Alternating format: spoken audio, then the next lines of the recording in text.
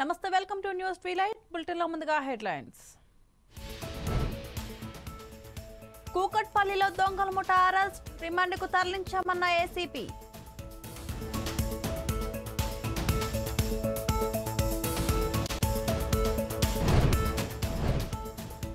Sympathy కోసమే KTR arrest వ్యాఖ్యలు, తామేమి కుట్ర చేయడం లేదని శ్రీధర్ బాబు.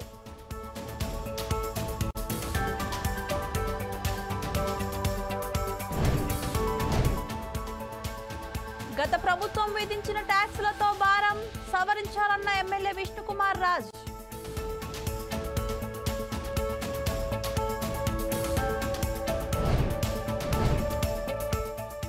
శ్రీవారికి 15 ఎలక్ట్రిక్ బైకులు విరాళం, 22 లక్షలతో సమకూర్చిన దాత వెంకయ్య.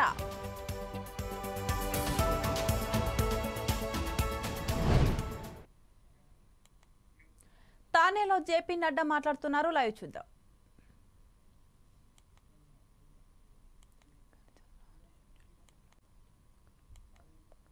ये है कल्चरल शिफ्ट, ये है संस्कृति का शिफ्ट, ये है राजनीतिक मापदंडों का परिवर्तन.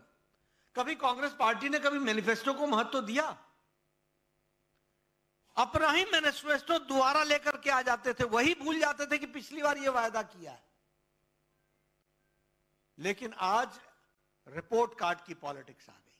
प्रधानमंत्री मोदी जी हर मंच पर बताते हैं जो कहा था वो किया है, जो नहीं कहा था वो भी करके दिया है. ये ताकत आई है और इसको हम लोग अकाउंटेबल की दृष्टि से देख सकते हैं.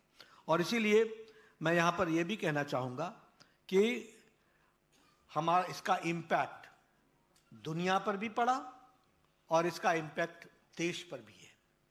और इस दृष्टि से जब हम देखते हैं तो हम निश्चित रूप से कहेंगे, अभी G20 यहां हुआ था. पहले कोई भी इंटरनेशनल कॉन्फ्रेंस हुई वो दिल्ली तक सीमित होती थी, लेकिन G20 का सम्मेलन, ये सम्मेलन इंडिया का सम्मेलन नहीं था, ये सम्मेलन भारत का सम्मेलन था. क्योंकि कच्छ से लेकर के कोहिमा तक, कश्मीर से लेकर के कन्याकुमारी तक 100 स्थानों पर लगभग 200+ मीटिंग्स हुई और दुनिया भर के लोग ने भारत के दर्शन किए. ये परिवर्तन आया. उसी के साथ साथ अगर हम देखें तो यूनानिमस न्यू दिल्ली डिक्लेरेशन हुआ. इंडोनेशिया में नहीं हो पाया था, एक मत के नहीं बन पाए थे, लेकिन दिल्ली जब आए तो एक मत के G20 नेशंस हुए.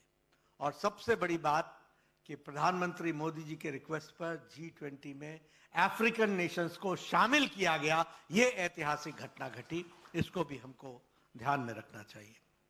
आज अगर इंटरनेशनली हम बोलें तो कोई भी आप इंटरनेशनल फोरम लो, G20 में तो हम हैं ही हैं, लेकिन India and personally prime minister Modi is invited in G7 also, the powerful G7. He is always invited. उसी तरीके से क्वाड में, उसी तरीके से शंघाई कोऑपरेशन में, SCO में, उसी तरीके से ब्रिक्स में, उसी तरीके से U2I2 में, I2U2 में, जिसमें हमारे इंडिया, इजराइल, यूनाइटेड अरब्स और यूनाइटेड स्टेट्स ऑफ अमेरिका है. इन सब में आज भारत का प्रतिनिधित्व हो रहा है और इंडिया इज बीइंग रिकॉग्नाइज्ड. और इंडिया जो बोलता है, भारत जो बोलता है, वो इंटरनेशनल मंच उसको आज सीरियसली लेता है. वो एजेंडा बन जाता है और वही मुद्दा बन जाता है जिसको लेकर के आगे बढ़ते हैं. हम स्टेटस कोइस्ट पॉलिटिक्स से भी दुनिया से अलग हट गए.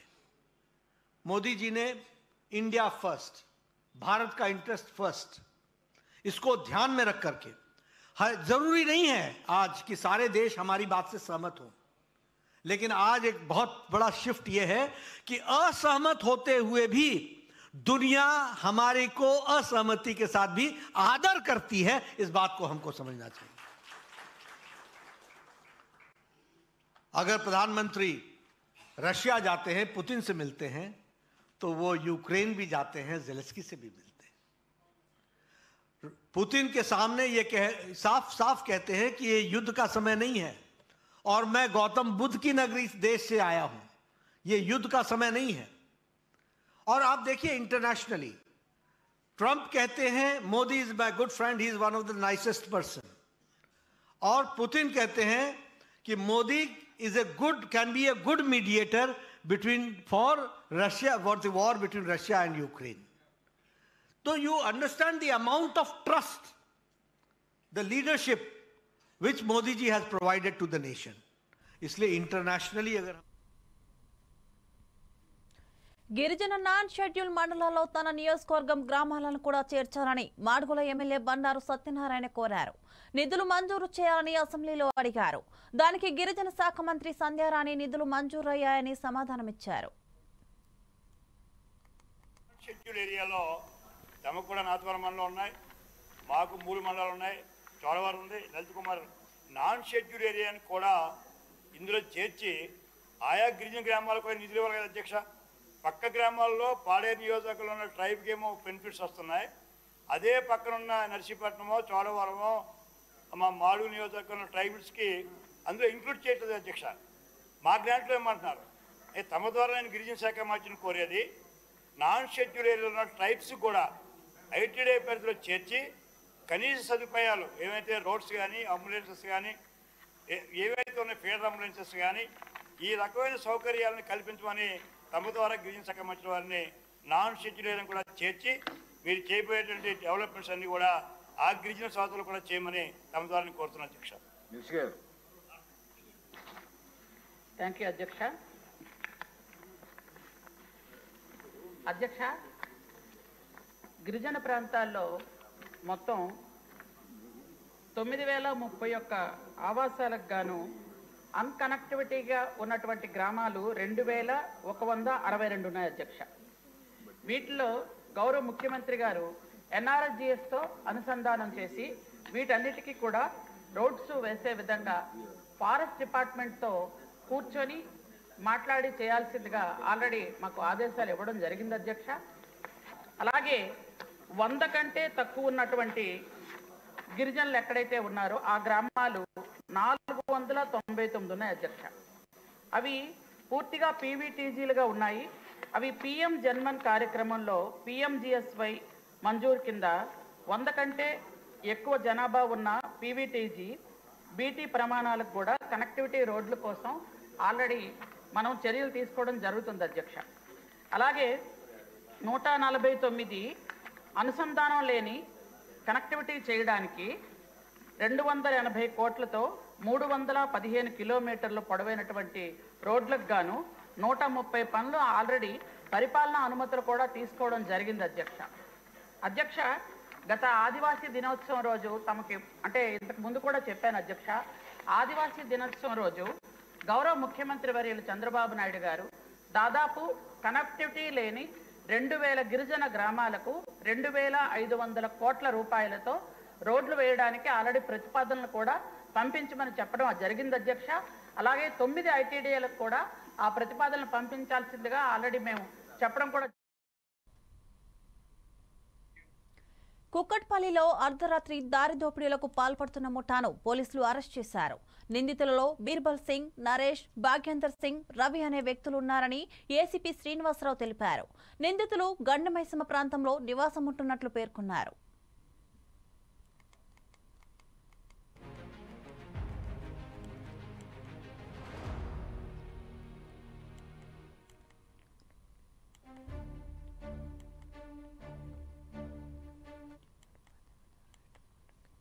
గల మట్టుకు సంబంధించిన ల్యాండ్లో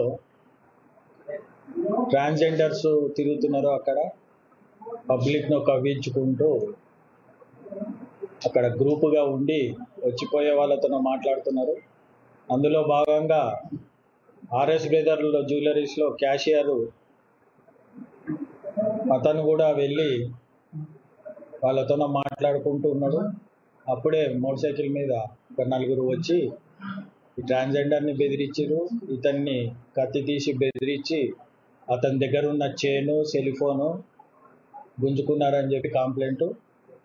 దాని తర్వాత ఒక 15 నిమిషాలకు ఇంకో అతని దగ్గర అదే టీము రోడ్ నెంబర్ 4 నుంచి తిరుగుకుంటే ఇటు వచ్చి మళ్ళీ ఇంకో అతన్ని బెదిరించి వాళ్ళ దగ్గర కూడా సెల్ ఫోన్ గుంజుకున్నారు అని తెలిసి కంప్లైంట్ వచ్చింది. వెంబడే కేసు రిజిస్టర్ చేసి డిఏ రవి ప్లస్ SHO వెంకటేశ్వర్ల ఆధ్వర్యంలో 4 టీములు పెట్టినాము. అలానే మన బాల్నగర్ CCS వాళ్ళ సహకారంతో 24 అవర్స్లో మనము ఈ 4 ఎవరైతే అనుమానస్తులు చెప్పిరో మన సీసీ కెమెరాలో దొరికినాయో ఈ కంప్లైంట్ పార్టీ ఎవరైతే చెప్పిరో ఆ పోలికలు గల సిక్ వాళ్ళని 4ని BRS working president KTR arrest వ్యాఖ్యలపై కాంగ్రెస్ నేతలు స్పందించారు. లగచర్ల ఘటనలో కేటీఆర్ ఉన్నట్లు తన పార్టీ నాయకులే అంటున్నారని కీలక వ్యాఖ్యలు చేశారు. పదే అరెస్టు మాట కేటీఆర్ సింపతి కోసమే అన్నారు. కేటీఆర్ ను అరెస్టు చేయడానికి తాము ఏమీ కుట్ర చేయడం లేదని క్లారిటీ ఇచ్చారు. సీనియర్ అధికారి ఆధ్వర్యంలో విచారణ కొనసాగుతుందని తెలిపారు. విచారణ పూర్తయ్యాక అన్ని విషయాలు బయటకు వస్తాయని అన్నారు. లగచర్ల ఘటనలో కలెక్టర్ గ్రూప్ 1 అధికారిని చంపే ప్రయత్నం జరిగిందని సంచలన వ్యాఖ్యలు చేశారు. మేము ఎవరిని తప్పుపట్టం, విచారణ జరుగుతుందన్నారు. రైతుల ముసుగులో కొందరు వ్యక్తులు దాడికి పాల్పడ్డారని తెలిపారు. బీజేపీ బీఆర్ఎస్ కలిసి ప్రభుత్వాన్ని అస్థిరపరిచే ప్రక్రియ జరుగుతుందన్నారు. రేవంత్ రెడ్డి గారి అన్న అయినటువంటి తిరుపతి రెడ్డి గారి గురించి మాట్లాడుతూ లగచర్లలో తిరుపతి రెడ్డి గారికి ఏం పని, ఆయన ఏ హోదాలో మాట్లాడతారని చెప్పేసి కేటీఆర్ గారు మాట్లాడుతూ ఉన్నారు. మరి మీరేదో హోదాలో మాట్లాడుతూ ఉన్నారు? అదేకాక మీ పట్న నరేంద్ర రెడ్డి ఏ హోదాలో మాట్లాడుతూ ఉన్నాడు? మీ పట్న నరేంద్ర రెడ్డి ఏ విధంగానైతే కొడంగల్కు బీఆర్ఎస్ పార్టీ నుంచి ఇన్ఛార్జిగా ఉన్నాడో కాంగ్రెస్ పార్టీ నుంచి తిరుపతి రెడ్డి గారు ఇన్ఛార్జిగా ఉన్నారు. అక్కడ మీ కుటుంబాల్లాగా డజన్ మంది ఎవరు కూడా రేవంత్ రెడ్డి గారి కుటుంబం నుంచి ఎవరు ప్రత్యక్ష రాజకీయాలు లేరు. ఆ ప్రాంత అభివృద్ధి జరగాలని చెప్పేసి రేవంత్ రెడ్డి గారు తిరుపతి రెడ్డి గారు అనునిత్యం కోరుకుంటారు. కాబట్టి ఆ ప్రాంతంలో యువతకు ఉద్యోగాలు రావాలని, ఆ ప్రాంతం ఆర్థికంగా అన్ని రకాల్లో ముందుండాలని చెప్పేసి ప్రతిష్టాత్మకంగా గ్రీన్ పర్మన్ తీసుకొస్తే అనవసరంగా బీఆర్ఎస్ పార్టీ రౌడీ మూకాలంతా కూడా ఆ రైతుల ముసుగులో అధికారుల మీద దాడి చేసి ఈనాడు అనవసరంగా ఇష్యూని డైవర్ట్ చేసిన కోసం తిరుపతి రెడ్డి గారిని బదనాం చేసే ప్రయత్నం కేటీఆర్ గారు హరీష్ రావు గారు మానుకోవాలని చెప్పేసి నేను కోరుతా ఉన్నా. కేటీఆర్ని పొలిటికల్ డ్రామాలు ఆపు. ఎందుకంటే దాడులు చేయిస్తున్నది మీరే అని అందరికీ తెలిసిన తర్వాత పరువు పోకుండా ఉండడానికి మీరు ఇలా రైతుల పేరు మీద గూండాలను అక్కడికి పంపించి దాడులు చేయించిన తర్వాత ఎవరైతే దాడులకు కారణమైన వాళ్ళను మీరు పరామర్శించడానికి పోతున్నారు. రైతుల మీద కేసులు పెట్టొద్దు అని చెప్పి ప్రభుత్వమే చెప్పింది. రైతుల మీద కేసులు పెట్టాలి. ఎవరైతే నీ రౌడీ మూకలు ఉంటారో, ఎవరైతే దాడులకు ఉరిగొల్పినరో, ఎవరైతే దాడులకు పూనుకున్నారో వాళ్ళకు సంబంధించిన వాళ్ళే ఇలా కేసుల పాలవుతున్నారు. ఈరోజు ఏ రకమైన రాజకీయాలు ఈ రాష్ట్రంలో మీరు తేవాలనుకుంటున్నారో వాటికి చరమగీతం ప్రజలు పాడుతారు. అది గుర్తుపెట్టుకోండి. ఇంకా పవర్ కోసం పాకులాడము, పవర్ కోసం రాజకీయంగా దిగజారడం అనేది మంచి పద్ధతి కాదు. ఇది తెలంగాణ సమాజం మీ వల్ల ఎలా తలదించుకునే పరిస్థితి వచ్చింది. అధికారులను మీద దాడులు చేయడం అనేది జాతీయ స్థాయిలో పెద్ద చర్చ జరుగుతుంది. అంటే మీ రాజకీయ ప్రయోజనాల కొరకు ఏ స్థాయికైనా దిగజారడానికి మీరు వెనకడిగేయారు. ఎవరినైనా సరే ఈరోజు వాడుకోవడానికి వెనకడిగేయారు, ఎవరి మీదనైనా దాడులు చేయడానికి కూడా వెనకడిగేయారని తెలిసిపోయింది. కాబట్టి ఇలాంటి పొలిటికల్ గత ప్రభుత్వం ఉపాధ్యాయులను చిన్నచూపు చూసిందని, దగ్గరగా ఉన్న పాఠశాలలను మెర్జ్ చేయడంతో స్కూళ్లలో విద్యార్థుల శాతం తగ్గిందని విద్యాశాఖ మంత్రి అన్నారు. తమ హక్కుల కోసం మొదట రోడ్డుపైకి వచ్చింది ఉపాధ్యాయులేనని, తర్వాత సమాజం మొత్తం కదిలిందని లోకేష్ అన్నారు. మార్పు గత ప్రభుత్వంలో వచ్చిందంటే దానికి కారణం ఉపాధ్యాయుల అధ్యక్ష. ఆ రోజు పెద్ద ఎత్తున రోడ్డెక్కి ధర్నా చేసి వాళ్ళ హక్కుల కోసం పోరాడారు. ఆ రోజు నుంచి ప్రజలు అందరు కూడా రోడ్డెక్కడం మొదలుపెట్టారు అధ్యక్ష. సో ఉపాధ్యాయుల్ని కూడా రాబోయే రోజుల్లో ఈ ఆంధ్రప్రదేశ్ మోడల్ ఆఫ్ ఎడ్యుకేషన్లో భాగస్వామ్యం చేయాల్సిన అవసరం ఉంది అధ్యక్ష. గత ప్రభుత్వంలో అధ్యక్ష సుమారుగా 6 లక్షల మంది విద్యార్థులు ప్రభుత్వ పాఠశాలలో తగ్గిపోయారు అధ్యక్ష. ఇది ఆందోళనకరమైన పరిస్థితి. సో దీన్ని కూడా నేను కొన్ని టార్గెట్స్ పెట్టుకున్నాము. ముందల విద్య నాణ్యత పెంచాల్సిన అవసరం ఉంది. జియో 117కి ఆల్టర్నేటివ్ తీసుకురావాలి లక్ష్యంతో ఆల్రెడీ మేము పనిచేస్తున్నాం. ఇప్పటికీ సంఘాలతో అనేక మార్లు మీటింగ్లు కూడా కమిషనర్ గారి నాయకత్వంలో పెడతాం కూడా జరిగింది అధ్యక్ష. గత ప్రభుత్వం లాగా ఉపాధ్యాయుల కోసం తలుపులు మేము మూసేలేదు అధ్యక్ష. ప్రతి వారం ఫ్రైడే 11 నుంచి 2 వరకు మా తలుపులు ఉపాధ్యాయుల కోసం తెరుస్తున్నాయి. వాళ్ళ సమస్యలు మేము తెలుసుకుంటున్నాం. ఒకవేళ వాళ్ళు రాకపోతే మా కమిషనర్ గారే సంఘానికి ఫోన్ చేసి మీరు ఎందుకు రాలేదు, మీకు టైం ఇచ్చాం కదా అని ఉల్టా మేమే ప్రశ్న అడిగి వాళ్ళని కూర్చోబెట్టుకుని, ఎందుకంటే మేము కూడా చాలా నేర్చుకోవాల్సిన అవసరం ఉంది అధ్యక్ష.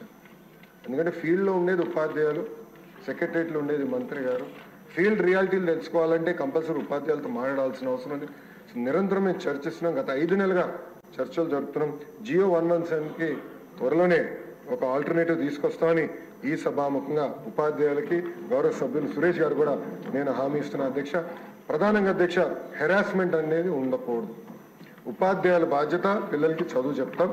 ఇన్ఫ్రాస్ట్రక్చర్ మానిటరింగ్ మేనేజ్మెంట్ మొత్తం ఇతర రాష్ట్రాల ఎస్టేట్ మేనేజర్స్ అనే పేరుతో అది మానిటర్ చేస్తున్నారు అధ్యక్ష. అట్లా ఒక ఆల్టర్నేటివ్ తీసుకురావాల లక్ష్యంతో మేము పనిచేస్తున్నాం. ఇప్పటికీ బాత్రూమ్ ఫోటోలు ఇవన్నీ కూడా ఉపాధ్యాయుల బాధ్యత కాదని చాలా స్పష్టంగా నేను చెప్తాను జరిగింది అధ్యక్ష. సో చాలా క్లియర్గా ఆంధ్రప్రదేశ్ మోడల్ ఆఫ్ ఎడ్యుకేషన్ తీసుకొచ్చే బాధ్యత మేము తీసుకుంటాం అధ్యక్ష. చివరిగా ఒక మాట చెప్దాల్చుకున్నాను అధ్యక్ష. గతంలో కూడా ఉపాధ్యాయుల పైన వాళ్ళు ధర్నాలు చేసినప్పుడు అనేక కేసులు గత ప్రభుత్వం పెట్టింది. ఆ కేసులన్నీ కూడా సరైన కేసులు కావు, దొంగ కేసులు. ఎట్లయితే మీ పైన పెట్టారు, నా పైన పెట్టారు, అట్లనే ఉపాధ్యాయుల పైన దొంగ కేసులు పెట్టారు అధ్యక్ష. ఇప్పటికీ తాడపల్లిలో కన్నబాబు మాట్లాడుతున్నారు, లైవ్ చూద్దాం. ఎవరు బాగా పనిచేసినట్టు, ఎవరు ఈ రాష్ట్ర ప్రయోజనాల కోసం గట్టిగా నిలబడినట్టు, ఇది నిజం కాదా అని అడుగుతున్నాను నేను. అదే కాకుండా ఆర్థిక మంత్రి కేశవ్ గారు చెప్తారు, ఆయన చాలా బాగా మాట్లాడగలుగుతారు, ఒప్పించడానికి చాలా చక్కగా మాట్లాడగలుగుతారు. ఆయన ఏం చెప్తా ఉన్నారంటే 2014-19 మధ్య ఈ రాష్ట్రంలో సాధించిన ఆర్థిక ఫలితాలు 2019-24 మధ్య ప్రభుత్వం సాధించిన ఫలితాలతో పోలిస్తే చాలా వెనకబడి ఉన్నట్టు, వాళ్ళు చాలా విజయాలు నమోదు చేసినట్టుగా ఆయన చెప్తా ఉన్నారు. ఈ సందర్భంగా కొన్ని అంశాలు వాళ్ళ ప్రస్తావించిన అంశాలే తీసుకుని మాట్లాడితే 2014-19 మధ్య జిఎస్డిపి అంటే రాష్ట్ర స్థూల ఉత్పత్తి 13.5% పెరిగింది. సిఏజిఆర్ రేటు ప్రకారం అంటే సగటు వార్షిక వృద్ధి రేటు చూస్తే 13.5% ఉంది. అదే 19-24 మధ్య 10.5% మాత్రమే నమోదైంది. కాబట్టి మేము చాలా గొప్పవాళ్ళం అని చెప్తారు ఆయన. ఈ ప్రపంచం మొత్తం కోవిడ్తో అతలాకుతలం అయిపోయింది. దేశాలకి తాళాలు వేశారు, మొత్తం వ్యవస్థలన్నీ కుప్పకూలిపోయినాయి. చాలా చోట్ల తినడానికి తిండి లేదు, తాగడానికి నీళ్లు లేని పరిస్థితి. చాలా భయంకరమైన పరిస్థితులు నెలకొన్నప్పుడు ఒక్క ఆంధ్రప్రదేశ్ రాష్ట్రంలోనే ఆనాటి ముఖ్యమంత్రి గౌరవనీయులు జగన్మోహన్ రెడ్డి గారు కోవిడ్ని చాలా సమర్థంగా ఎదుర్కొన్నారు. సమర్థంగా ఎదుర్కోవడమే కాదు, అంత కోవిడ్ పరిస్థితుల్లో కూడా ఏ ఒక్క సంక్షేమ పథకాన్ని ఆపలే. ప్రతి పథకం కింద డబ్బులు ఇచ్చారు.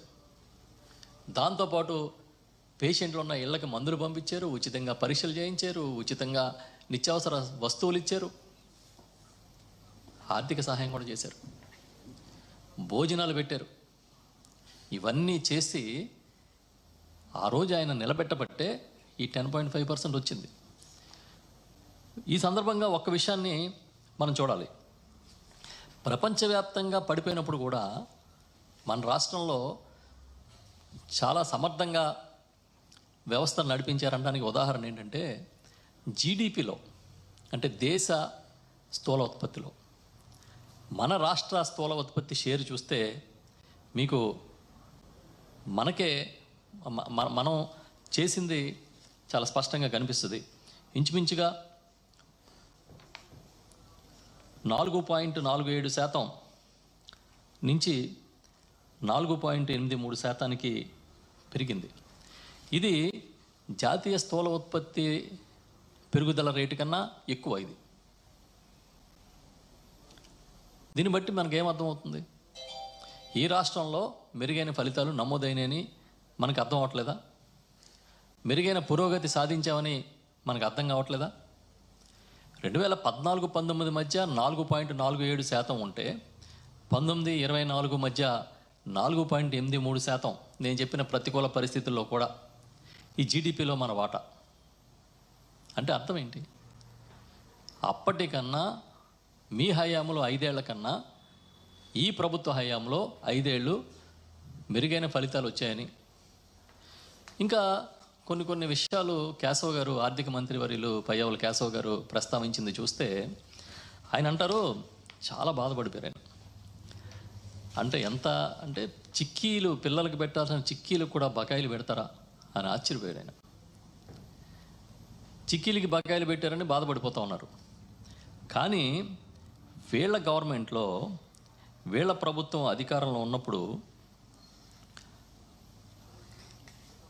పిల్లలకి సప్లై చేసే పాలుకి, గుడ్లకి 148.60 కోట్ల రూపాయలు పెండింగ్ పెడితే జగన్మోహన్ రెడ్డి గారు ముఖ్యమంత్రి అయిన వెంటనే తీర్చిన మాట అబద్ధమా? మీ డిపార్ట్మెంట్ లెక్కల్లో ఉంటాయి చూడండి. ఒక గవర్నమెంట్ కంటిన్యూస్ ప్రాసెస్. ఈ ప్రభుత్వం 2019 నాటికి మారి జగన్మోహన్ రెడ్డి గారు ముఖ్యమంత్రి అయ్యే నాటికి, వైఎస్ఆర్ పార్టీ ప్రభుత్వం వచ్చిన నాటికి మీ బకాయిలు ఎంత? ఇంచుమించుగా 42,183 కోట్లు మీరు బకాయి పెట్టేసి వెళ్ళిపోయారు. డిస్కమ్లు బకాయిలే 21,541 కోట్లు ఉన్నాయి. ఇవన్నీ ఎవరు తెచ్చారు? జగన్ గారు తెచ్చలేదా? అంటే ఏదో పిల్లలకు కూడా బకాయిలు పెట్టేశారు, అతి కష్టం మీద మేము నడుపుతున్నాం అన్నట్టుగా మీరు చెప్పాలని ప్రయత్నం చేస్తున్నారు. కానీ మీరు గతంలో చూస్తే అసలు మీరు బకాయి పెట్టని రంగమే లేదు. అసలు సంక్షేమం మీద శ్రద్ధే లేదనే విషయం మీకు 2014-19 మధ్య మీ పరిపాలన చూస్తే ఎవరికైనా అర్థమవుతుంది. ఇంకా మా నాయకుడు జగన్మోహన్ రెడ్డి గారు ఏది ఆగినా పర్వాలేదు, సంక్షేమం ఆగకూడదు అనేది ఆయన ఒక బ్రాండ్గా తీసుకున్నారు. అందుకే మీకు కోవిడ్లో కూడా ఎంత కష్టమైన అమలు చేయగలిగారు. అసలు మధ్యాహ్న భోజన పథకం అనేది ఒక రివల్యూషన్ ఈ రాష్ట్రంలో. ఏ మెనూ పెట్టాలో స్వయంగా ముఖ్యమంత్రి చూశారు. తిరుమల శ్రీవారికి 15 ఎలక్ట్రిక్ ద్విచక్ర వాహనాలు విరాళంగా వచ్చాయి. హైదరాబాద్కు చెందిన pearl minerals and mines private limited MD Venkata Nagaraju 15 TVS electric బైక్లను శ్రీవారి ట్రస్టుకు అందించారు. ఈ కార్యక్రమంలో టీటీడీ అడిషనల్ ఈవో శ్రీ సిహెచ్ వెంకయ్య చౌదరి పాల్గొన్నారు. అనంతరం దాత వారికి వాహనాల తాళాలు అందజేశారు.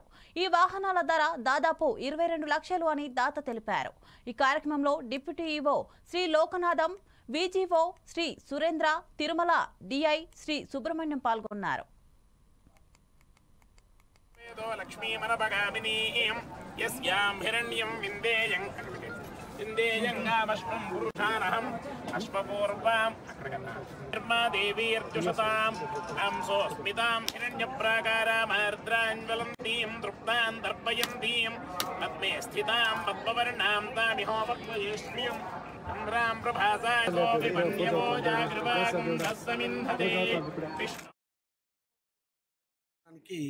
మా కంపెనీ తరఫున 15 బళ్ళు టీవీఎస్ ఐక్యూబ్ ఎలక్ట్రికల్ స్కూటర్స్ బహుకరించడం జరిగింది. ఇట్లాంటి మంచి పనులు చేయడానికి మాకు, మా కుటుంబానికి స్వామి ఎప్పుడు కూడా సహకరిస్తూ ఇంకా ఇట్లాంటి ప్రజెంటేషన్స్ స్వామికి చేయాలని కోరుకుంటున్నాం.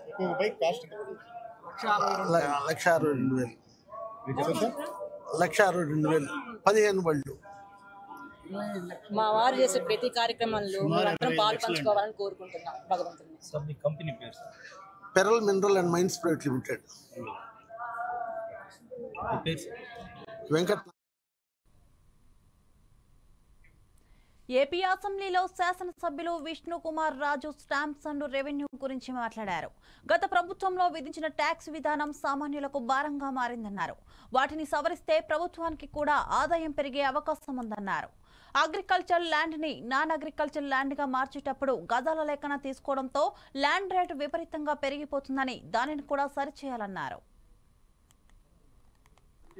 ఇది ఓన్లీ ఎస్టిమేట్ కాబట్టి actuals in my opinion it may be around 9,000 crores. పోలాన్ అధ్యక్ష వాట్ ఎవర్ ఇట్ ఈస్. ఇప్పుడు ఏదైతే 2024-25లో 13,500 కోట్లు చూపించారు అధ్యక్ష. అంటే ఇంత డబ్బు వస్తుందనేది 13,500 కోట్లు అంటే సుమారు 4,000 కోట్ల రూపాయలు ఎక్స్ట్రా వస్తుంది అనేది బడ్జెట్లో చూపించిన విషయం అధ్యక్ష. ఈ ఎక్స్ట్రా ఎట్లా వస్తుంది? ఏమన్నా ఇదివరకు ఉన్న రేట్లను ఏమన్నా భారీగా పెంచేసే ఉద్దేశం ఏమన్నా ప్రభుత్వానికి ఉందా? ఇప్పటికే ఏమీ ట్రాన్సాక్షన్స్ లేక ఎక్కడ స్టాంప్స్ అండ్ రిజిస్ట్రేషన్స్లో మీరు అబ్జర్వ్ చేస్తే అధ్యక్ష టోటల్గా డిప్రిషియేట్ అయిపోయిన పరిస్థితి, అంటే రెడ్యూస్ అయిపోయింది అధ్యక్ష. అట్లాగే ఇదివరకు ఒకవేళ ఈ బడ్జెట్ చూసిన తర్వాత చాలా కంగారుగా ఉంది చాలామంది బిల్డర్స్కి.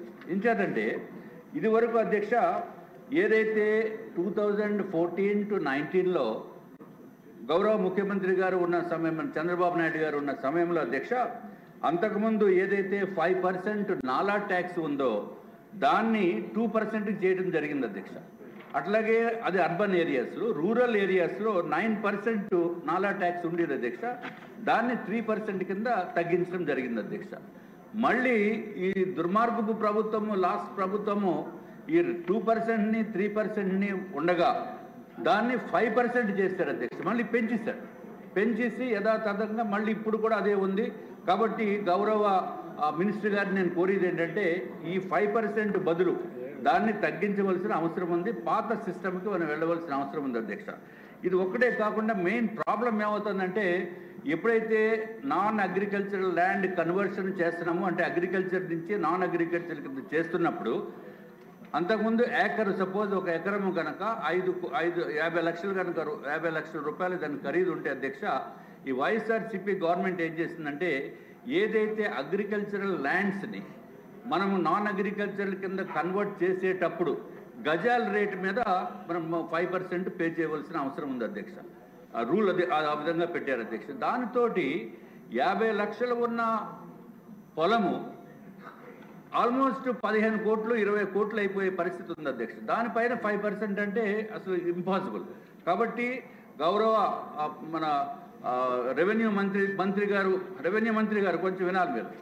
తప్పనిసరిగా ఈ ఇష్యూని మీరు సార్ట్అవుట్ చేయవలసిన అవసరం ఉంది. ఏదైతే రెవెన్యూ మినిస్టర్ గారు లేరు, రెవెన్యూ మినిస్టర్ అంటే అందరూ ఎల్లో షర్ట్ అంటే ఆయన కూడా రెవెన్యూ మినిస్టర్ అండి. నీటిపారుదల శాఖ మంత్రి గారు కొన్ని ఎవరో ఒకరు, లోకేష్ గారు దయచేసి మీరు రిటర్న్ సార్, చాలా ఇంపార్టెంట్ ఇది. ఎందుకంటే ఇప్పుడు ఇదివరకు నాన్ అగ్రికల్చరల్ కన్వర్షన్ది తమరు ఉన్నప్పుడు 2% 3% ఉండేది అధ్యక్ష. ఇప్పుడు దాన్ని 5% చేసేసారు. 5% చేసి ఇందాక చెప్పిన విధంగా ఏదైతే 50 లక్షలు ఉన్న అగ్రికల్చరల్ ల్యాండ్ని గజాల లెక్కన కన్వర్ట్ చేసేటప్పటికి విపరీతమైన ఛార్జెస్ అయిపోయి కన్వర్షన్స్ తోటి ఆ డబ్బులన్నీ ఎక్కడే అయిపోయే పరిస్థితి ఉంది. కాబట్టి దయచేసి ఈ స్టాంప్స్ అండ్ రిజిస్ట్రేషన్ మీరు ఏదో ఈ విధంగా కనుక ఇంకా పెంచేద్దామని అనుకుంటే అది పెంచకుండా చూడవలసిన అవసరం ఉందని చెప్పి మీ ద్వారా నేను. ఇవి బులెటిన్ అప్డేట్స్. మరో అప్డేట్స్ మళ్ళీ కలుద్దాం. అంతవరకు సెలవు. నమస్తే.